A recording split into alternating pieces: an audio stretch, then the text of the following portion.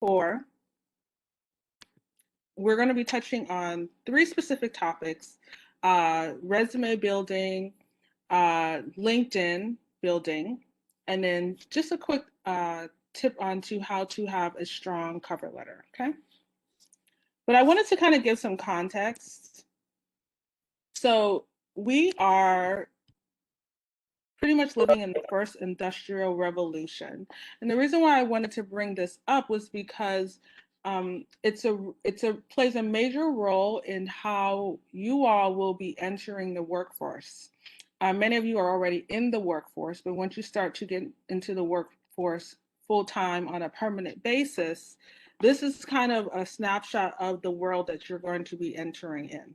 So the first industrial revolution, a new chapter in human development, enabled by extraordinary technology advances that merge the physical, digital, and biological worlds. It's forcing us to rethink how countries develop, how organizations create value, and even what it means to be human. The fourth industrial revolution is about the opportunity to help everyone, include leaders, policymakers, and people from all income groups and nations, to harness converging technologies to create an inclusive, human-centered future. The vision is to look beyond technology and find ways to give the most significant number of people the ability to impact their families, organizations, and communities positively. And I wanted to point out the MSA in particular because you all have the Ansar system, correct? And that is rooted in community and creating opportunities, right, for each other through mentorship and guidance, providing resources. So you all are already an example of the vision of the future, right? So looking beyond technology and finding ways to give the most significant number of people the ability to impact their families, organizations, and communities positively, okay? So you should pat yourself on the back for that, alhamdulillah. Okay, so let's one of the things that I wanted to point out about the fourth industrial revolution is that there are specific skills that will be the focus. They're already the focus now for a lot of companies. And these are skills that could have also been called transferable skills. They're also called employable skills, right? These are focused more on interpersonal cognitive ability and less about just technical aptitude. So these include complex problem solving, coordinating with others, people management, critical thinking, negotiation, cognitive flexibility, service orientation, judgment and decision making, emotional intelligence, creativity, active listening. The reason why this is important is as you are working on your own personal development, you should connect the experiences that you're having on campus, among your peers and your organizations and on your jobs to these skills. How are you executing these skills? How can you develop these skills further? Okay. So now we can talk about the resume. Okay, so what I wanted to do was give you just a brief synopsis of what a resume is, and then we'll kind of break it down even further, okay? So what is a resume? Well, it derives from the French word resume, which means summary. I know that did not sound like a very great French pronunciation of the word, but you get the gist of it. Okay. And I live in a French-speaking province. It's really sad, but okay. It demonstrates your qualifications, skills, achievements, your training, and your education, among some other things. It tells the hiring manager/recruiter, this is what you get if you hire me. This is why I'm qualified to do. This is the problem I will solve for you. Okay? Your resume should represent you, what your unique expertise is, what makes you unique. So within your industry or within your studies, your major, or whatever your interests are, right? What do you naturally excel at? What skills have you been formally recognized for? What skills give you a sense of accomplishment? What skills would you do for free if you could? So let's break down what should be included on a resume.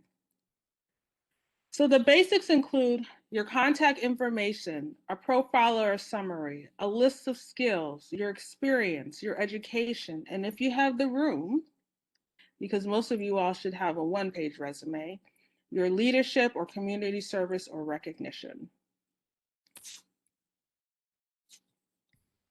So contact, right? We want to include phone number, city and state, email, and LinkedIn. Another option besides LinkedIn, if you're in the tech space, is like if you have a GitHub or if you have an online portfolio, put that on your resume. Do not include your complete address. That's just for your safety, right? It's not necessary. The reason why we have location on there is if the company is using specifically an applicant tracking system, they may say that they're looking for candidates in Atlanta, Georgia. So if you put it on your resume, it'll get pulled because you're in Atlanta, Georgia. Like I said, no, I didn't say this. So you can omit your LinkedIn, but only if you have no interest in using LinkedIn. I'm going to persuade you to use it. So just be prepared to have it on your resume, okay? First section at the top, objective or profile. So an objective versus a profile. Objective says what I want. Profile says what I can offer. So here's an example of an objective. Looking for a position where I can integrate strategies to develop and expand existing customer sales, brand, product evolution, and marketing strategy. Okay. So this person is saying, this is what I want to do. This is what's going to benefit me. But that's not the direction you want to go. You want to go in the direction where you're telling the company how you're going to benefit them, how you're going to impact them, how you're going to contribute to their organization, what problems you're going to solve. So how do we write an effective profile? So you include your current title or aspiring field or industry for as a student. Include your qualifications that are relevant to the role you are targeting. Relevancy is important. I'm going to say that a lot, okay? Specify qualifications mentioned throughout your resume. So what you want to do is give a preview of the person they're going to see. And you want to mention specific skills so that your experiences reinforces the skills that you introduced. You want to use strong descriptive verbs and adjectives, and include one line and demonstrates your most vital soft skills. It's not necessary, but it's helpful. And we'll talk more about soft skills, okay? Here's an example. Four-year chemical engineering student with developed expertise in process management, quality control, and quality assurance experience. Demonstrated acumen to contribute working chemistry knowledge and engineering skills, exceptionally analytical and critical thinker with a demonstrated aptitude for remediation.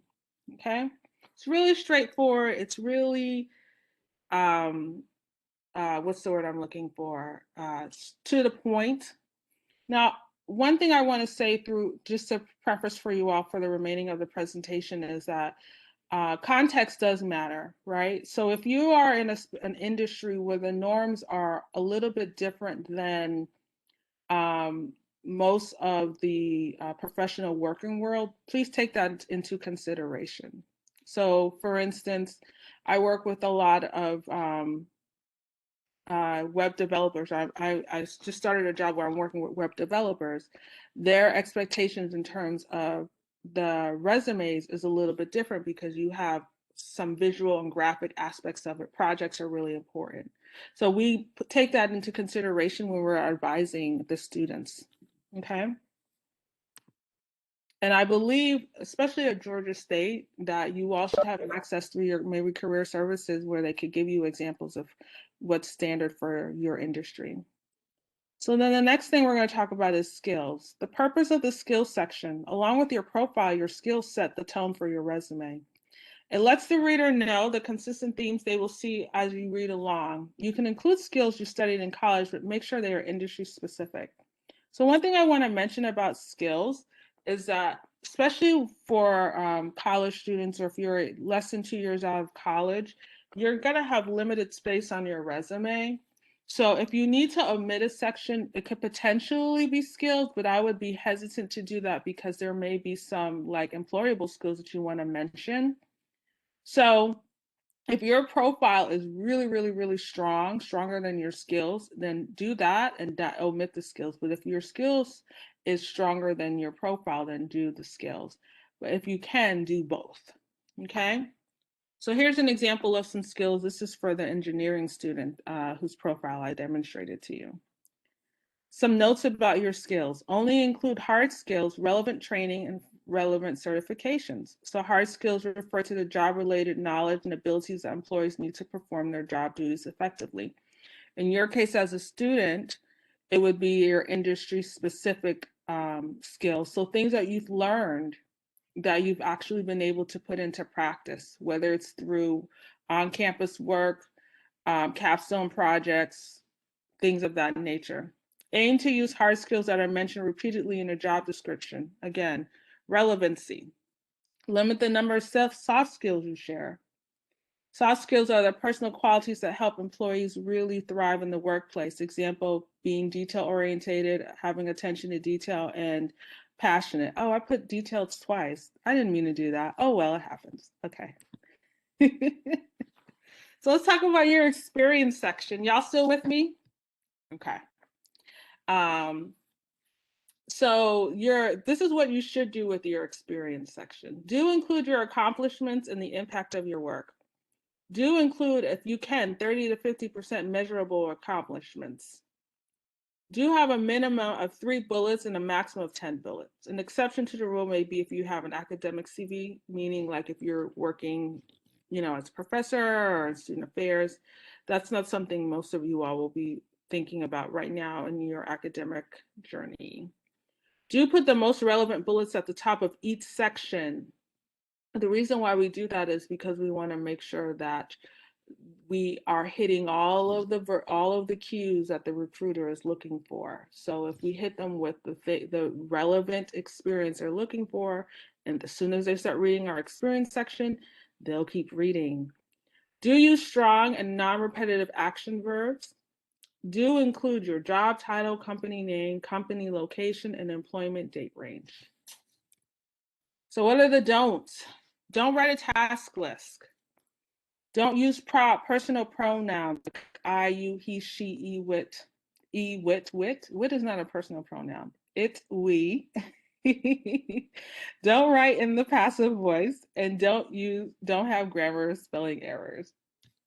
I'm going to show you guys some examples, okay? In a little bit. But here's a breakdown of how you should write your bullet. There's a couple of ways you can do this. The first one is you start with an action verb, a strong one. Then you mention what was the task that you were doing, right? Then you include the metric or the result that you had. You can also do action verb, metric, result, task, project. A third one, which is actually typically used for interviews, is situation, task, action, and then results. So what does that look like? Here's an example of somebody who worked at Oracle doing their website. Wow, that's a big responsibility. So overhauled Oracle's website by redesigning landing pages, generating 70% more leads and reducing bounce rate by 20%. That's pretty significant. So where is each section? I will let you guys know. Action verbs. So we overhauled Oracle's website. The project was redesigning their landing pages. That's how they were able to overhaul the website. What was the result? They generated 70% more leads and reduced bounce rate by 20%. Okay, so not every bullet you write is going to have a numerical result. So what do you do when you don't? Have another example for you. Analyzed consumer data and came up with styling recommendations by using insights from WGSN. This was for an individual who was a stylist, to give you a context. What does that look like when you break it down? Well, the action verb or the action was analyzing consumer data.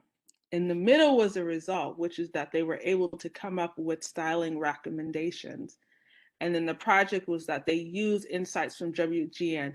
Now, in this case, you could kind of say that the project and the action verb were kind of the same thing, because these were both tasks that they did in order to come up with styling recommendations. But the overall point is that you want to demonstrate the impact of your task or your responsibility. Okay, so it's not enough to say, I answered the phone, I took notes, I helped customers. Okay, why did you help the customers? When you help the customers, what did it do for the company? Those are the questions that you want to be answering when you write your bullets. Okay. Let's talk about these measurable accomplishments that I mentioned. So numbers do really well on resumes, because again, they show impact really well. And then also they're quicker to find on the resume when they're skimming, because people who look at your resume are probably going to skim it for probably, if you're lucky, 30 seconds. So you want to hit them with a place that they can stop, and the number will give them a place to stop. So what does this include? Well, it can be the frequency in which you completed a task. Did you do it on daily? Did you do it weekly and monthly? How you made the company money? How you saved the company time or money? How you improved the process? And then key performance indicators, right? So these are the measurable metrics that your company may be evaluating your performance on. So this is important when you work for any type of organization, even if it's on campus, to be proactive and having conversations about your performance and how you are being expected to do your job. And what are they evaluating you on? If your manager does not regularly do that, it's okay for you to ask them for it. You can say, I'm invested in my progress and my growth and my performance, and I would love to have a conversation about how I can either do better or what things I should be continuing to do that are making a contribution. That not only helps you in terms of your individual development and understanding your value and your qualifications, but it also prepares you in terms of future jobs, because you're more equipped to demonstrate or articulate the value that you have. Okay. So I'm gonna tell you guys a trick. When I write resumes, I've gotten pretty good at it, I must say, but I don't write it from beginning to end. I use a lot of online resources, because in my case, I have people coming to me from so many different industries. It's really like impossible for me to learn a new job in like 7 days. So here are some websites that you can use: Workable, Quick Resume, Job Hero, Resume Genius, right? What you do is put in the job, just job title, look up sample bullets, right? Don't necessarily just copy and paste. Look at what you can build on top of. Look for things that are saying what you want to say with a little bit of tweaking. So let's say you have a position that is, I'll do the common, which is customer service representative, and the bullet says improved call accuracy by X amount percentage, right? So on your own, you may not necessarily know how to write that, but here's an example of how to write it. And you can say improve call accuracy by 30% by partnering with leadership with escalations, right? So you're combining what you know you did with an example, and you're building your bullet that way. We want to work smarter, not harder.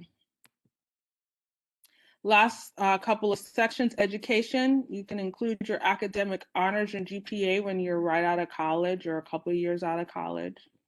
Once you get to 2+ years out of college, you don't necessarily need to have that on your resume. I know some people, that's hard to let that go when you have a really hard GPA, but the reality is that your resume has a limited amount of space. And there's this place called LinkedIn, which we're going to talk about, where you can put your academic achievements, okay? And then community involvement and leadership.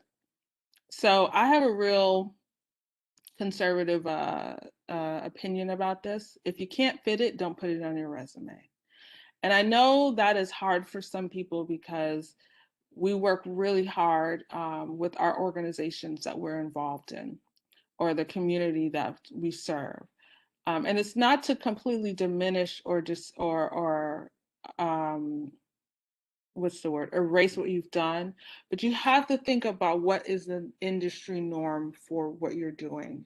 And when you're applying for jobs, their priority is getting somebody to do the job description that they're looking for.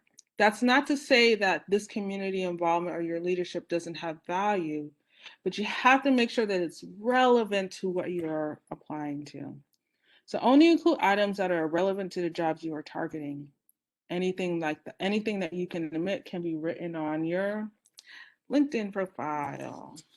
LinkedIn. Applicant tracking systems. So applicant tracking systems provide recruiting and hiring support for companies. It's like a specialized Google search that allows them to select the candidate criteria, right? It scans submitted applications and selects the candidates who meet the identified requirements. Some common ones include Bamboo HR and Lever.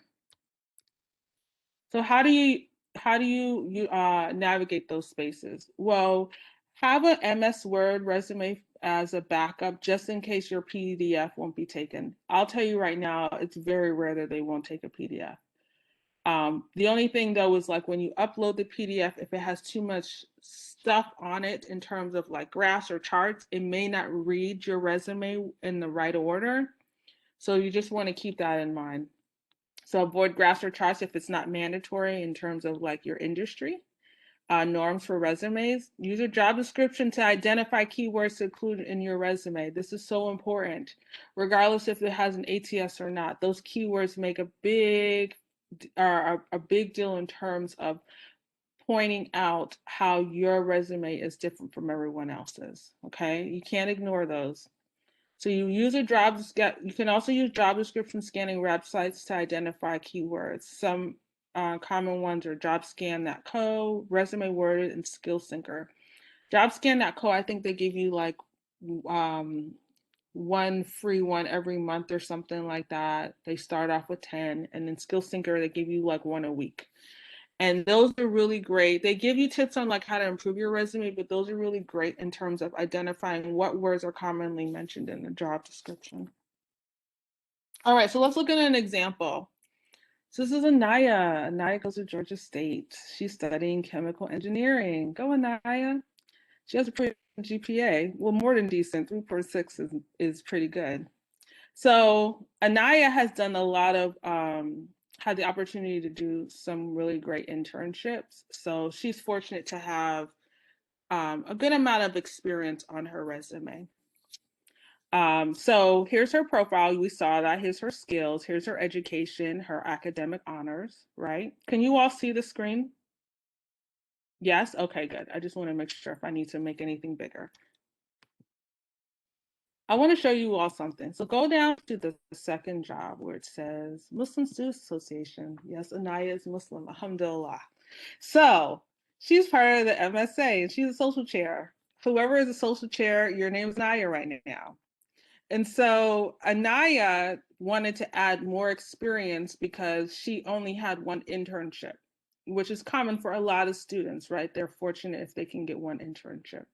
So what we did is we evaluated what she did as social chair, and we brought out the relevant skills that she skills or what's the word I'm looking for? The relevant accomplishments that she had at that job. So when she was social chair, she was in charge of the creation and implementation of chapter educational programming aimed to improve the professional and academic development of all chapter members. She led the coordination of a semester career development workshop, which included collaboration with local corporations and the University Career Services leadership. She managed the operations budget through weekly tracking and reconciliation, resulting in a 25% savings in annual spending. So if you took the word social chair out, it would look like Anaya was like some type of program coordinator or organizational coordinator, right? So this is also to remind you that there is value in the things that you do. So when we going back to that conversation about do you include leadership and organizational experiences on your resume? Yes, if it's relevant. This is relevant. Okay. All right, so let's reflect. I'm just going to throw these couple questions out here. Obviously, for sake of time, we're not going to discuss, but I want you all to think about it for yourselves. When you reflect on your qualifications, skills, achievements, training, education, what is your career? What is the career story you want to build? That is a struggle sentence, but it's okay. What do you want your resume to say about you? What do you want your resume to say about you? Okay. Let's talk about the cover letter. So let's talk about a cover letter that isn't boring. I just want to preface, I was going to show an example of a guided cover letter that I have for my clients. I don't know how it will be if I switch screens, so I will send this to you all afterwards, okay? So that you can have it, the guided cover letter. So writing a cover letter that isn't boring. There's a 22 on here. I don't know what 22 means, but okay. Show that you have done your research about the company. I merged a couple of presentations, so I think I forgot to take the number out. That's okay. We'll look up what 22 means afterwards. Provide specific examples of ways you demonstrated what they are looking for. Include measurable accomplishments. Include the name of the contact person if that information is available. I found out today there is an app called Adapt Prospector. It's I think a Google Chrome, not attachment, but you know, the little thing in the corner that you can, what are those things called? Extensions. Extension. Thank you, Amira. It's an extension that you can download, and specifically on LinkedIn, if their job is listed, it will show you their job email. This is really great if you want to contact the person for follow-up, right? The contact person for follow-up. Keep it straightforward and short. If the industry typically requires longer cover letters, then extend the length. Talk about your soft skills. This is where you talk about your soft skills in your cover letter. Unless specified, every resume should include a cover letter. Every resume. Tailor your cover letter to the job you're applying for. I cannot express that to you anymore. You have to really make sure that they know that you are intentional about being there. Okay. Let me try and see if I can swap out real quick because I really want to show you all this guided cover letter. So hold on one second. Let's see. Is it there? Is it there? Is it there? Hold on one second. Okay, no, it's not working. All right, no problem. I will make sure I send you all it. You all are more than welcome to, I'll send it in a Word format. You're more than welcome to copy and paste it. In a nutshell, what I did is I created, I put, bolded and highlighted the sections that you will swap out: employer name, job description, and then where you put in like your skills and things like that. It's pretty good. A lot of my clients like it. All right, let's Ask a talk about quick question. Go for it.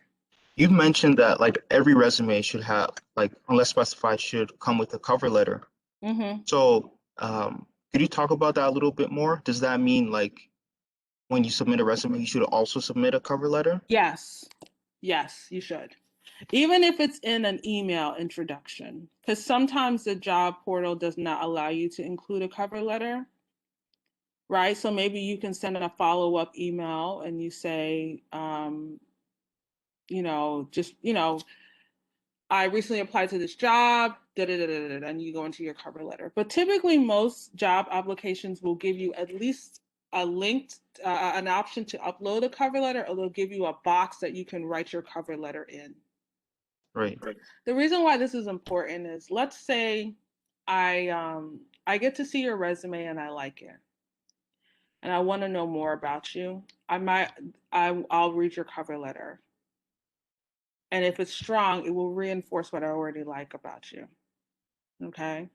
So With the guided cover letter method, it's helpful because it's exhausting writing cover letters. I'm not gonna lie, it just is. But so it's easier to have a process that allows you to do the least amount of work, but still get the same amount of impact. Okay. LinkedIn. So I have a question for you guys. You don't have to answer, but I want you to think about this. How has your experience with LinkedIn been?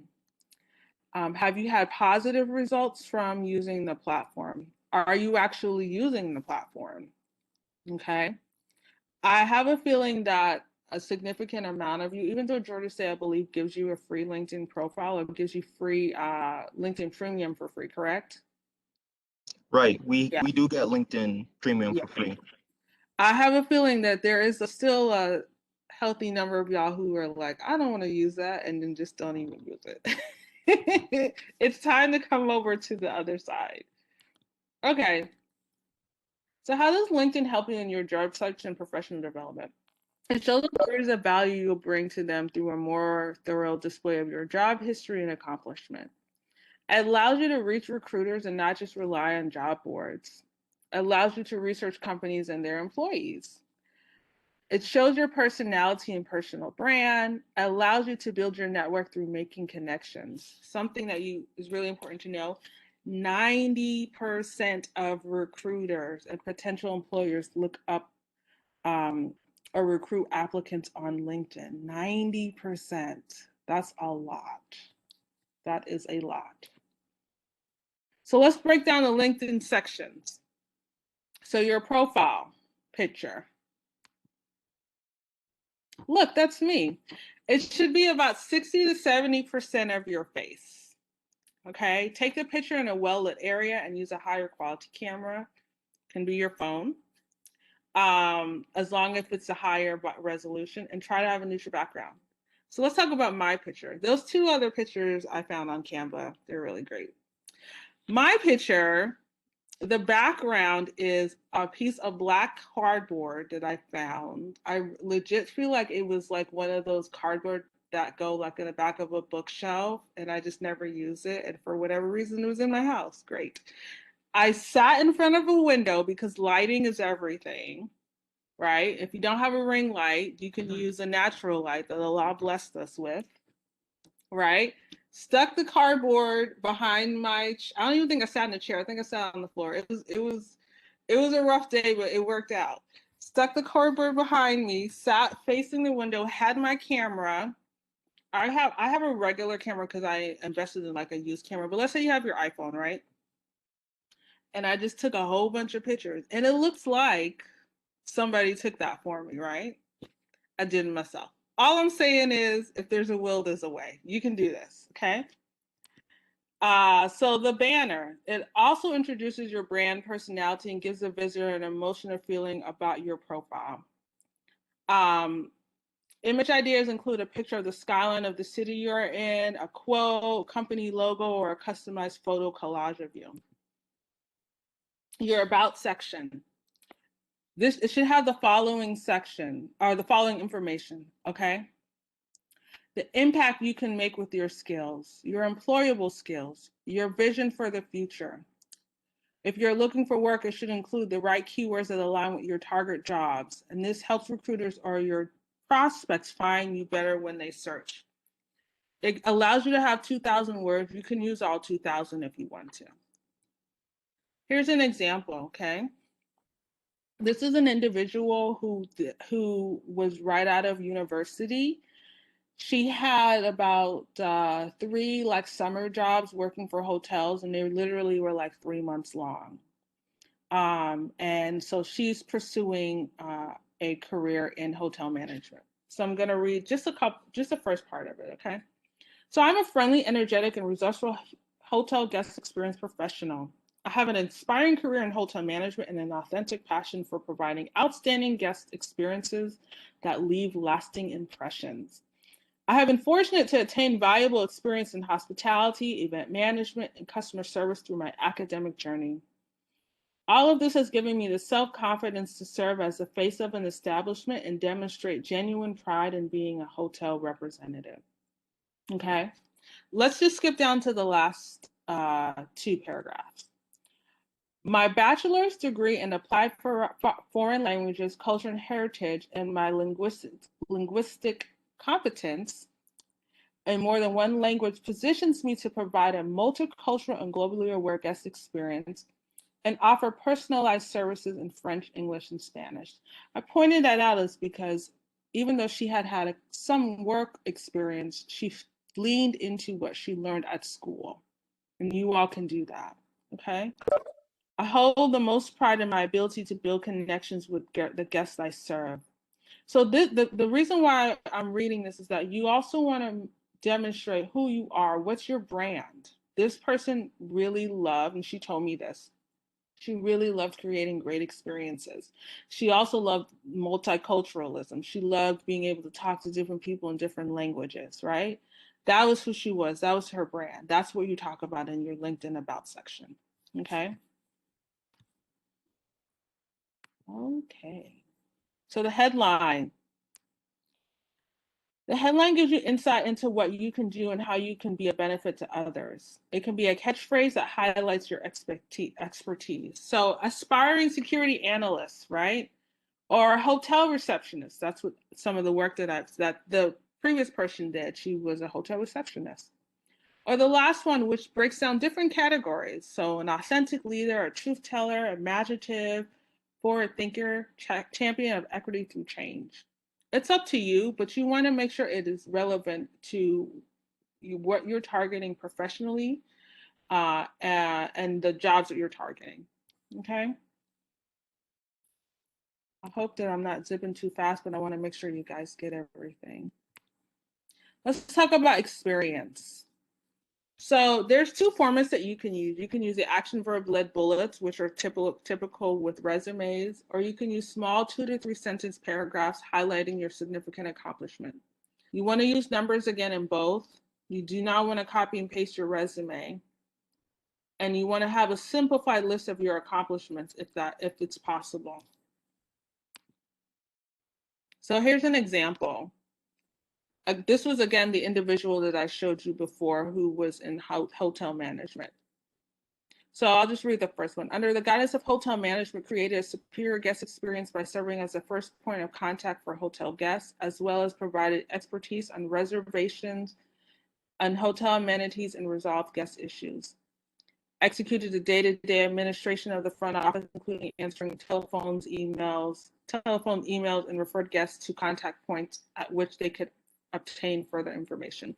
So it's pretty straightforward in terms of describing what you did. Similar to a resume, but the reason why we don't want to copy and paste our resume is because honestly, the LinkedIn profile allows you to get more descriptive and more elaborate, so you might as well utilize that space. Okay. Is this for the like for a job description, like yeah, the experience section. right? I'm gonna I should be able to close out and show you an example. I'll show you my LinkedIn profile. Last sections that should be filled out: your contact, your education, skills and endorsements, accomplishments, interests, volunteer experience. So let me show you all. Okay, you can see. Can you see me typing in linkedin.com? Yes. Okay, great. I might have to make this bigger. While you're doing that, we have a comment in the comment section. How Go often for it. should you be posting and checking your LinkedIn? We're going to talk about that. I promise. I have a whole slide about engagement. I do. Okay, so here's mine. Now, I just want to give you all context. I'm old, so I have a lot to say. When you're a college student and you're getting started, it's okay if you don't have a lot to say because obviously you're still, figuring out your journey. The point that I want to demonstrate to you, though, is that I was consistent about demonstrating who I am as a person. I had a quote because this quote represented who I am, right? My headline, I'm a career specialist, so I see myself as a catalyst for career transformation. I like to plant seeds. I like to coach. Okay. This is a really great section for you all as students because if you have projects or any extra things that you're doing, you can put it on your LinkedIn. I think a lot of students nowadays are balancing not just school, but they have something they're monetizing on the side, or they're a blogger, or they do YouTube videos. If there's something that you feel like will add to your professional development, add it here in this featured section. Okay. Then this is the experience section I was talking about earlier. Okay, where I have the bullets, I have my expertise. I didn't show you my about section. I also included my expertise. I included contact information because sometimes with LinkedIn, I believe that if you're not connected to someone, you may not be able to see their contact information. And then I just want to show you something else. Recommendations. We're going to talk about this a little bit. So one of the things that I did is I reached out, I tried to on a monthly, well, I literally just started doing this, but the last one, I hit up some peers and I was like, you love me, I love you too. Let's write each other a recommendation. And they did. They were really sweet about it. So like if you have peers or coworkers, maybe even professors who you feel like you really value their opinion, you should ask them for a recommendation. But do you all see how like there's just so much information that people can learn about me? And there's so much that people can learn about you professionally. Okay. So let's get to that engagement question real quick. Come on, presentation, load. Okay. So I'm going to bypass this and go to engagement. What is beneficial of engagement on LinkedIn? You're building a network, you're building your brand, you're learning about industry-specific topics, you're sharing your knowledge, credibility, expertise, you're demonstrating your skills, you're supporting your peers. How often should you frequent LinkedIn? I think the question is like, how many times should I be on LinkedIn? Is that correct? Okay. It's up to you, okay? And the reason why I say this is because very often we are on multiple social platforms, right? That can be overwhelming. And I actually had a client who was like, Zeinab, I'm kind of nervous about being on LinkedIn because I just don't like to navigate a lot of these online spaces. And I don't know what my online, what's the word to use? Not profile, but just what my profile should be, how I should be, demonstrate myself online. And so I said to her, if you literally just want your LinkedIn to be a landing spot for all of the information you can put on your resume, that's cool. You don't have to be constantly on there and reading articles and liking posts and sharing things. Just literally put all of the extra stuff that you don't have, that you can't fit on your resume, on your LinkedIn. Okay? So it's up to you. You can create your routine. Here are some suggestions of things that you can do if you want to get started. Okay, visit LinkedIn 2 times a week. Like or comment 2 to 3 posts each day you log on. The reason why this is important is because I don't know if you guys saw on my profile, there was a section that said activity. And so the thing with activity is that when you like a post, your connections, your peers will see what you liked and it shows up on their feed. So when you're supporting other people, you're gaining traction for them. You're bringing more people to them. So that's bringing them more opportunities to develop themselves, expand their network, and people will usually give back what is given to them. Invite 1 to 2 people to connect with a message. One of the resources that I have for you all is some LinkedIn Connect templates, messages, templates. And a good goal is to get to 500, but take your time. It's not a rush. Okay. And then, like I said, write a recommendation for a peer. Make sure you write one for someone else. Don't just ask for yourself. Okay. So remember, using LinkedIn can be beneficial, but not mandatory. Share what makes you feel comfortable. Utilize it in a manner that aligns with who you are. And if you want to use it as a landing spot and you don't want to engage, that is perfectly okay. Okay. So reflect. What goals do I have for my LinkedIn profile? What ways can I utilize LinkedIn to best serve me? Okay, we have come to the end. I know we started around 6:40, so I have some other things I want to discuss, and we'll have about 10 minutes of questions. But one of the things that your leaders in the MSA talks about is like, how do we incorporate our faith and our spirituality into this conversation, right? And it's extremely important because as Muslims, Islam is a way of life. It's literally our lifestyle. So everything we do is integrated in our relationship with Allah subhanahu wa ta'ala. So we have to make sure that we're constantly leading conversations, being mindful of that. Okay. So I was thinking about how should I approach this aspect of the conversation. And I just thought about some of the questions that I asked myself as I was going through my job search process over the years. And so I hope that you all find this helpful. So the career journey is a vulnerable time for your career journey is a vulnerable time for a lot of uncertainty. One of the questions I ask myself is, how do I know I'm on the right path? The best way to answer that is to seek clarity, get curious, create a plan. So what does that mean? Understanding the outcome that I'm seeking in my professional career.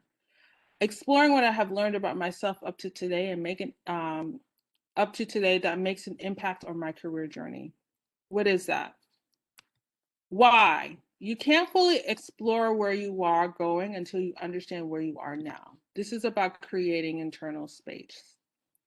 How? Start exploring and asking questions. Are my needs currently being met? Does my career align with what I value? Start with where you are right now and understand that as you evolve, so will your needs and values. This is a spiritual conversation because it's about internal reflection and investigation and curiosity, right? And as spiritual beings, when we go through a process of reflection, we are going through a spiritual process, okay?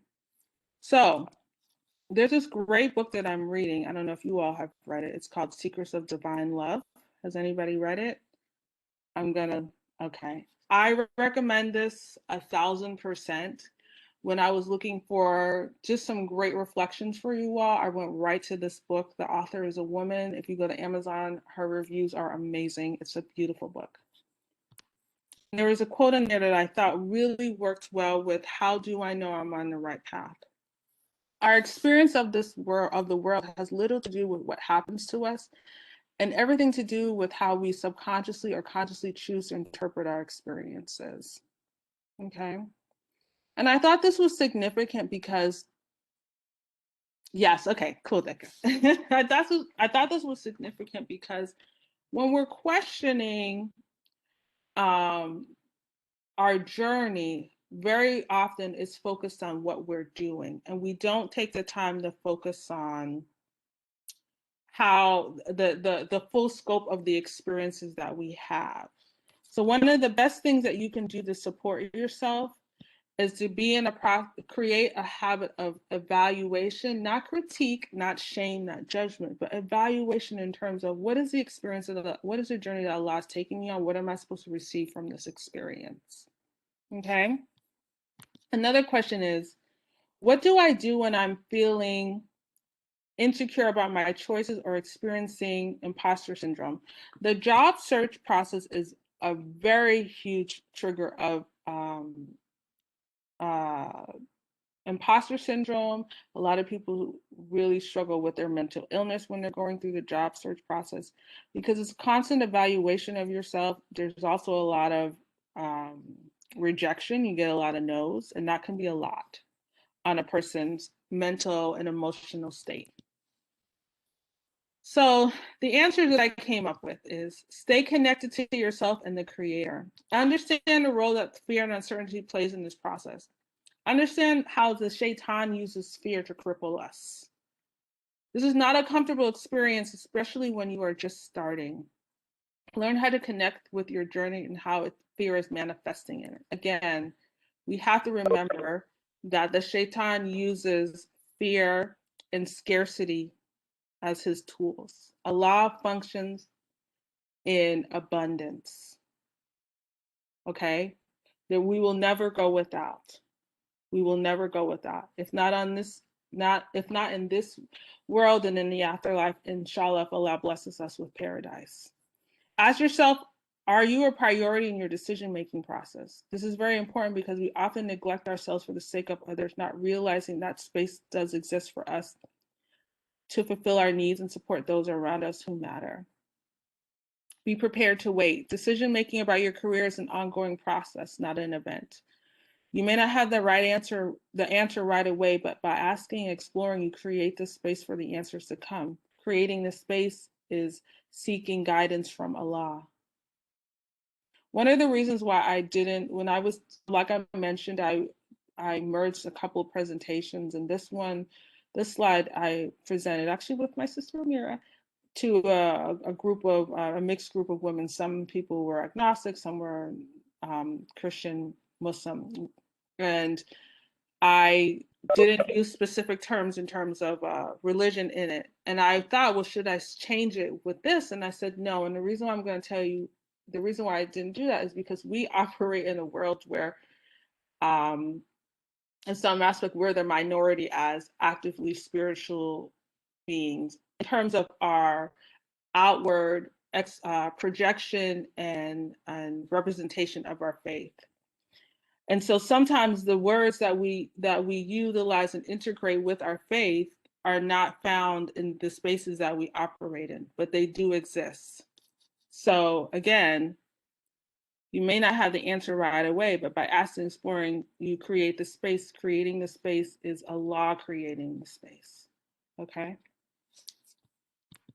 So here's another quote that I want to read for you. So understanding your value. You are not the sum of your success subtracted by your failures. Your worth is not just an equation of how much you can offer to the world. Your value does not come from what you give, say, or do. There is more to you than just output. The sun doesn't have to run laps around the horizon. The days do not have to pass to purchase your worth. You are not worth it in some future plane. You are not worthy only in the innocence of your past, because it is not what you have done or do that makes you worthy. Your worth does not come just by you doing. It comes through the perfect God who created you. As Allah's creation, we are perfect because Allah created us, right?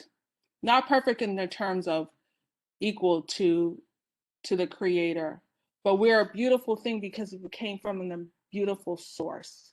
And the reason why I wanted to put this is because very often we see images that pull us away from the beauty of who we are as Allah's creation. And we have to always be mindful that our value lies in the fact that Allah was merciful enough to give us life and give us the opportunity to live in his world, his universe. Okay. Last slide. This is a prayer that she wrote that I put on my computer, and I just wanted you guys to have, you can screenshot it. It's a prayer. So, oh Allah, you are the creator, Al-Khaliq. As I begin this project, help me to reflect your qualities of creativity, strength, and peace into my work. Allah, use me as a vessel to bring others closer in proximity to you. Inshallah. Ameen. Okay, guys. You still with me? Okay. Questions? I have a question for the resume. So, how often should you revise your resume? Is it like every 5 years, every year, every time you get a job or looking for a job? That's a great question. Ideally, I think that you should update your resume at least once a year, if possible. One of the things that you can do is keep an ongoing list. Keep your job descriptions when you get hired by your job, and keep your performance evaluations. Just by having those two documents, when you go to update your resume, you already have a list of the things that you do, and you have a list of the accomplishments that you have based on your job's evaluation of you. So ideally once a year, just, take a week and update it. Most people don't do that, which is why I have a business. But so it's okay if you're not able to keep up with it, but that is the goal. Any other questions? I have one. So, Okay. you mentioned this, and I've heard a lot of other people mention this, that people should keep their resume to one page. So, Mm-hmm. how much of a hard rule, in your opinion, is that? Very hard. Very hard. I work with clients who have the last person I worked with, she's been working professionally as executive director in nonprofits for almost 20 years, and her resume is 2 pages long. So if you're right out of college, there's just no way. I hope that's not like too harsh. But the reason why I say that again is because they're skimming. So it's, as much as you have to have a real conversation with yourself about what is it that I want to say about myself and what can I leave off. And again, that's why LinkedIn is really great, because the things that you had to leave off, you can put it there.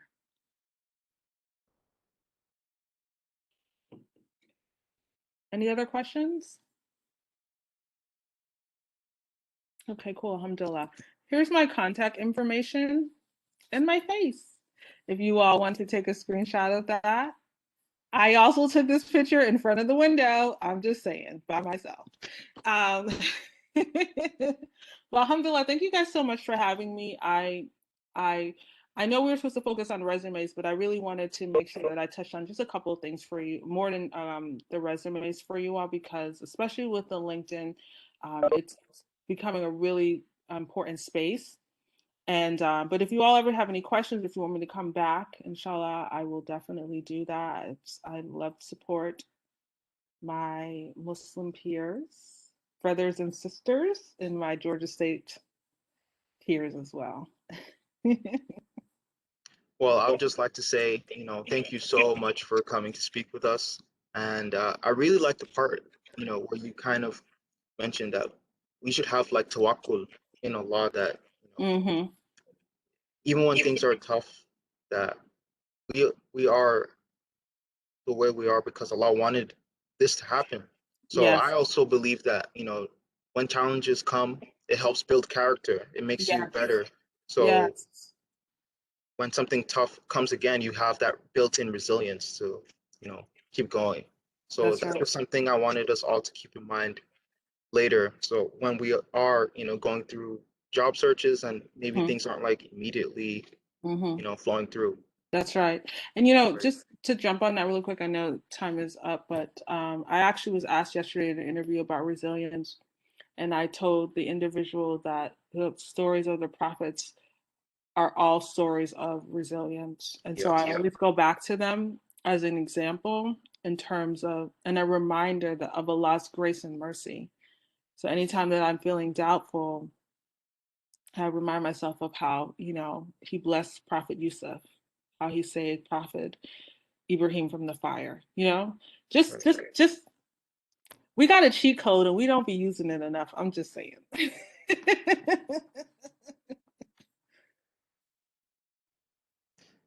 Well, thank you once again. I'm sure, a lot of us benefited a lot from today's workshop. So inshallah, this will be the first of more. Inshallah, inshallah. You all take care of yourselves. Um, Ramadan is coming up, so definitely, take care of yourself, find balance in that time, because I know some of you all, well, you all will still be in school, and I pray that Allah gives you the best experience through the rest of the semester, through the remainder of your academic career, and into your professional career, inshallah. Inshallah. Assalamu alaikum, everyone. Thank Walaikum you. assalam. Thank Bye. you. Welcome, son. Thank you Bye-bye. all.